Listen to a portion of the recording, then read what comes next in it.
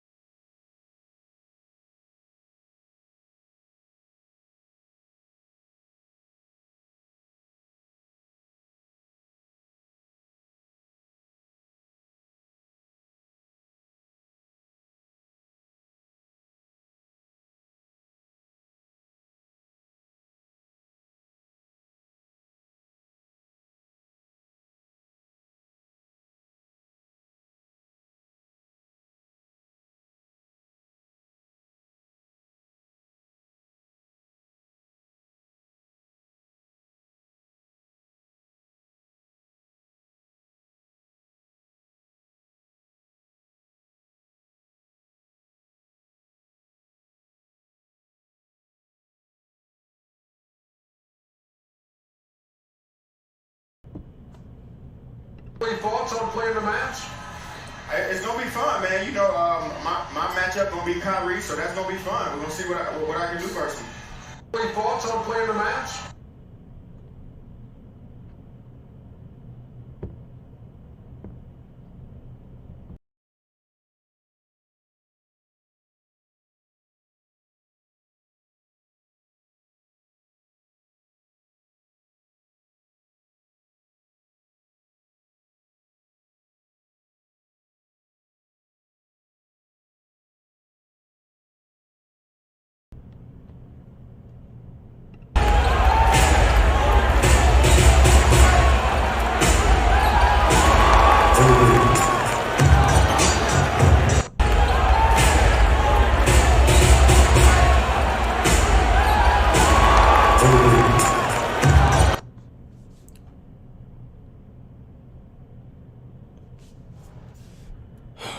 Boy, oh boy.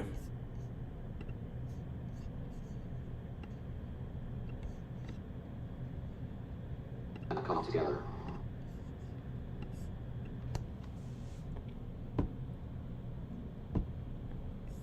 This affecting your shot selection, or how did you see your offense kind of come together?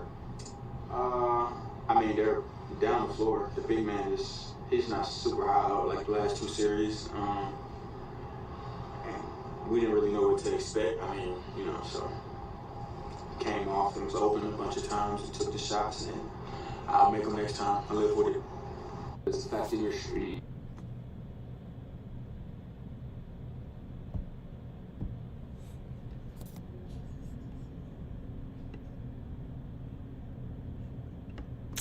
Let me show y'all something.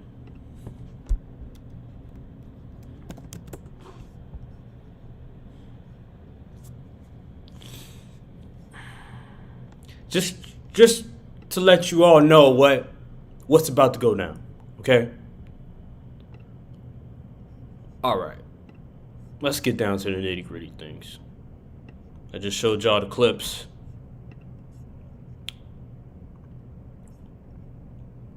Okay. Let's get to the box score. Oh boy. All right. Here we go.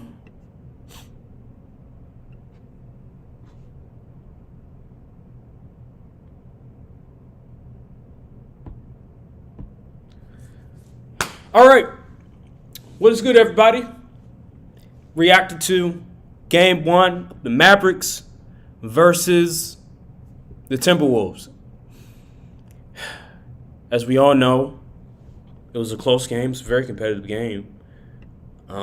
As you all saw in those previous videos, Anthony Edwards called out Kyrie after they upset the reigning defending champions, Denver Nuggets.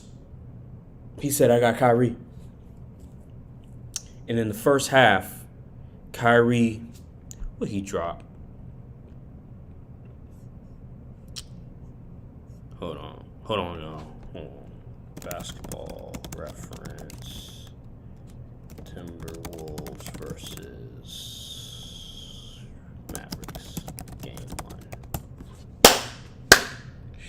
Stupid ass bug.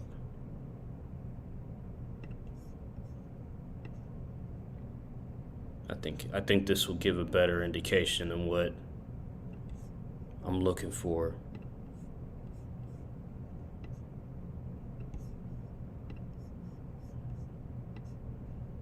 Where are we at? Quarter one. Yeah. So, Kyrie Irving, 13 points.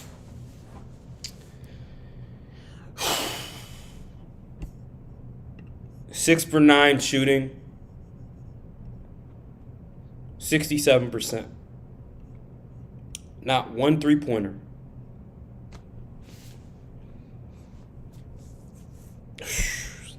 Let's go to second quarter. 5 for 5. Didn't miss a shot. No three-pointer.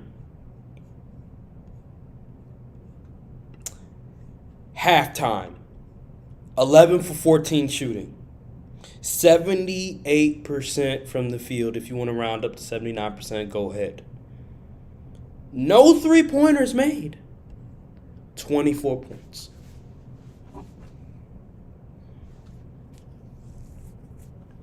Luka had 14. Let's go down to the Timberwolves.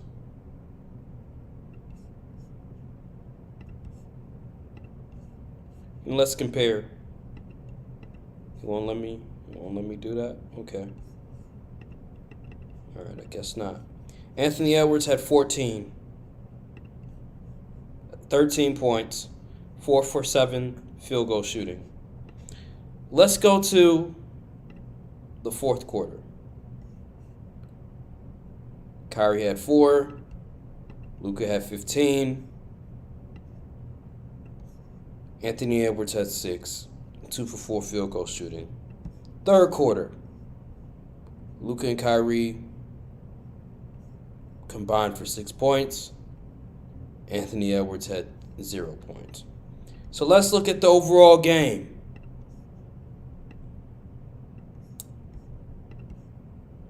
Luka, Kyrie. Let's go to Anthony Edwards. Wow, won't let me.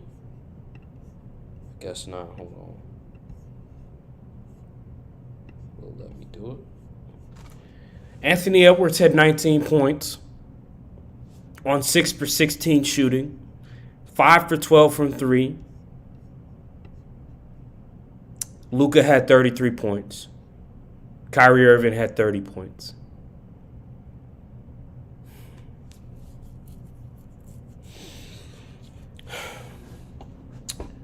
What am I doing here? Why am I showing you this?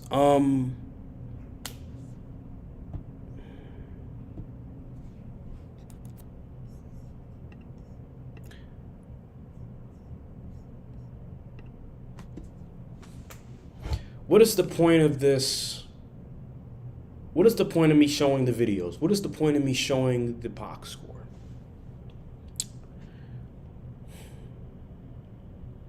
It's very simple. Anthony Edwards barked up the wrong tree. He called out Kyrie Irving after Game 7, said, "I got him." But he didn't realize exactly what he was getting himself into. He didn't realize just the stage he was going into. The Western Conference Finals, Game 1, against Kyrie Irving against Luka Doncic, 2 of the best guards at their position. He didn't realize just how significant these two were and what damage they'll do to him. And there lies the problem, ladies and gentlemen. Here's the deal. I like Anthony Edwards. I like him a lot. But sometimes there comes a point where maybe, just maybe, you need to just humble yourself and not get too high. And this is what happened. He underestimated his opponent. He thought that he could come in And he can defend Kyrie Irving, and it won't affect his offensive output. And it did. 19 points. He had a near triple-double, but 19 points. That's where he does his damage. And he failed. He folded. Now, you couldn't equip that to the Mavericks defense. They did a good job trapping him. They did a good job in his coverages. But at the end of the day, Anthony Edwards is better than what he displayed. There were moments where he could have attacked. There were moments where he could have made plays, but he didn't. And they lost the game. Albeit it was a close game, there were moments in the fourth quarter where he could have taken over, but he didn't. He had 6 points in the fourth quarter. He had 0 points in the third quarter. And he failed to capitalize when it mattered most. I like Anthony Edwards. I like what he's about. I like what he's made of. But I agree with Draymond Green in his post game when Anthony Edwards talked about they were tired. They weren't ready. What do you mean you weren't ready? What do you mean you're tired? You're 22 years old. What do you mean? You had from Sunday all the way to Wednesday night to rest, to get ready. What do you mean you're tired? And this is the problem. Here's the deal. I love players that play both ends, but you have to be realistic. You have to understand that you're not going to be able to guard the top two player on the other team every possession, especially a guy like Kyrie Irving, who dribbles, is one of the better handles of the basketball in the entire association. So Anthony Edwards, he barked up too much that he can chew. Simple as that. They lost the game. It wasn't just on Anthony Edwards. Everybody else needs to step up. Jaden McDaniels, he did his job, but he got over his head. He thought, I hit a couple of these shots. I got 24 points. I have the green light. And see, that's what the Mavericks were trying to do. They knew that their role players were going to get ahead of themselves. They wanted Jaden McDaniels to hit those shots. They wanted all these other players to hit those shots because they don't want Anthony Edwards to beat them. They don't want Karl-Anthony Towns to beat them. Karl-Anthony Towns, he tried to take over in the fourth. He was making some amazing shots. But at the end of the day, if you look at his box score, he only scored 16 points.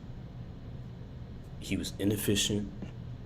He was reluctant to post up and to attack the basket. I remember I tweeted something. I said that Dr. James Naismith would be ashamed of himself watching Rudy Gobert and Karl-Anthony Towns play basketball.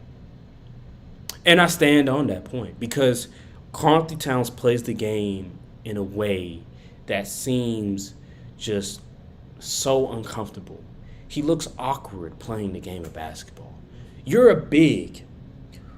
Why aren't you posting up more? Why aren't you attacking the basketball?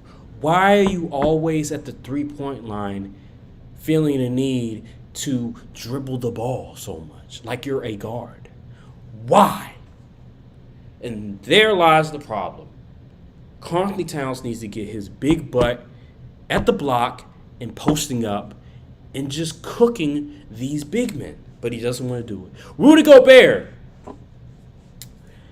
has some of the worst hands for a big I've ever seen in my life. It seems like every time Mike Conley, Anthony Edwards tries to thread the needle to him, Butterfingers, oh my God, he can't catch it. It's like you have to have the perfect pass in order for him to catch it. The worst hands in the game I've ever seen for a big man. The Mavericks, Luka did his job. He took over in the fourth quarter. It didn't matter if it was Jaden McDaniels. It didn't matter if it was Anthony Edwards. It didn't matter who it was. Luka was going to cook them. He put them in a blender, and he just took them out of the game. He got whatever he wanted, 33 points. He was sensational. 15 points in the fourth quarter. That's Luka Doncic. You're not gonna speed it up. You're not gonna slow him down. He's gonna play on his own pace. It's gonna be a boxing match. It's gonna be a wrestling match. It's gonna be a tug of war of strength. And that's what Luka Doncic did. And you gotta salute Luka Doncic, one of the better players, a top 10 player in the NBA, a superstar in the NBA. This series is gonna come down to, can Anthony Edwards go toe-to-toe with Kyrie and with Luka? How are they going to defend those two players? Who are they going to put on those two players? Is Anthony Edwards just going to all of a sudden switch to a Derrick Jones Jr.? Is Anthony Edwards going to go away from Kyrie and go to Luka Doncic now? Because I think one of the things we need to understand is that Anthony Edwards, as great as he is, he needs energy to score. He's not an android. He's not a cyborg who doesn't need stamina. He's human. So what are the Timberwolves going to do in game 2 is my question. Are they going to put Jaden McDaniels on Kyrie this time and have Anthony Edwards guard Luka? Because Luka, he's a more slower pace. He doesn't move around a whole lot. He's not going to do a whole lot of off-ball action. So Anthony Edwards can save some of his energy. And I feel like one of the problems with Luka is he's a foul merchant. He's going to try to draw a lot of fouls, and that's one thing that worries me about Ant, is that he can be susceptible to committing some fouls against Luka Doncic. So I think that'll be the thing to look for when it comes to the Timberwolves. Are they going to continue to play a lot of drop coverage against two of the better mid-range players in the NBA? Are they going to rely more heavily on their bigs? Or are they going to go more small with Naz Reid? Because I look at this series and I say to myself, Rudy Gobert, I don't think he's really going to have a big impact this series because of just Kyrie and Luka's ability to hit from any place on the floor. I think that this is more so a Naz Reid type of series. This is more so a Kyle Anderson type of series where you're going to need a more small ball lineup. You're going to have to play more fast. You're going to have to go in the perimeter a little bit more. I think Karl-Anthony Towns, he needs to dominate this series. He needs to really enforce his will this series. He has to be either the best player or second best player of this series in order for them to win. It can't be Jaden McDaniels. It can't be Rudy Gobert. He needs to be right behind Anthony Edwards or the best player in this series for them to win. And I don't know. Cat, he's a roller coaster. He's good one game. He's bad another. It comes down to Cat at the end of the day. He needs to dominate. I don't care that Daniel Gafford, he's a really solid defender. I don't care that Derek Lively is a really solid defender. They're not as strong as Cat. They're not as big as Cat. Cat should bully them. He needs to impose his will, and he needs to do his thing against those guys, or else they're going to lose. And I'm not too worried about Ant. I feel like he'll get it together, but Karl-Anthony Towns needs to show up in a big way. And that's how I feel on that matter. I want to talk about, before we get out of here on this live stream, I want to talk about the game coming up tonight. Pacers versus Celtics. Game 1, I reacted, and as we all saw, the Pacers gave the game away. Turnovers was the biggest thing for them. If they don't turn the ball over, they win the game. Tyrese Halliburton has to not turn the ball over when it matters most. Because in the fourth quarter, at the end of the game, when they were up 3, what happened? He lost the ball, Drew Holiday was guarding him, and he just lost the ball. You can't let that happen. Overtime, same situation. Tyrese Halliburton lost the ball again. Simple stuff that you see in like AAU, under 16 kids doing stuff like that. You cannot commit unforced errors like that. And that's the thing. Can they replicate what they did in game 1 minus the turnovers? If they can do that, they're easily going to win the game. They played a really great game from start to almost finish. They just have to finish the deal. They have to run through the tape. They cannot just get lackadaisical, nonchalant, and expect the Celtics to hand them a win. The Celtics, they're still the superior team. They still have the better roster. You have to handle your business. And can the Pacers do that? I believe they will. I believe the Pacers will win game 2. As we all seen in the previous 2 series with the Boston Celtics, they give away game 2s. So I expect the Pacers to come out here with a mentality that we gave that game away, and we're going to do the same crap we did last game, and we're going to do it better. Because what they displayed in the final minute of fourth quarter and overtime was egregious, and they should be ashamed of themselves. I like Aaron Naismith. I like the way he's been playing. I like Tyrese Halliburton the way he's been playing, minus the turnovers. I like T.J. McConnell the way he's been playing. I like Nembhard the way he's been playing. I like Obi Toppin the way he's been playing. I like Miles Turner the way he's been playing. Everybody has contributed except when it mattered most. And what are you going to do about it? I expect the Pacers to come back with a vengeance. I expect the Pacers to be motivated for game 2. And I think this series is going to go. I think they're going to steal one on the road, and they're going to go back to Indiana up 1-1. That's how I feel about it. Those are my reactions. Those are my thoughts, guys. For everybody that's watching the live stream, thank you all very much, and I'll see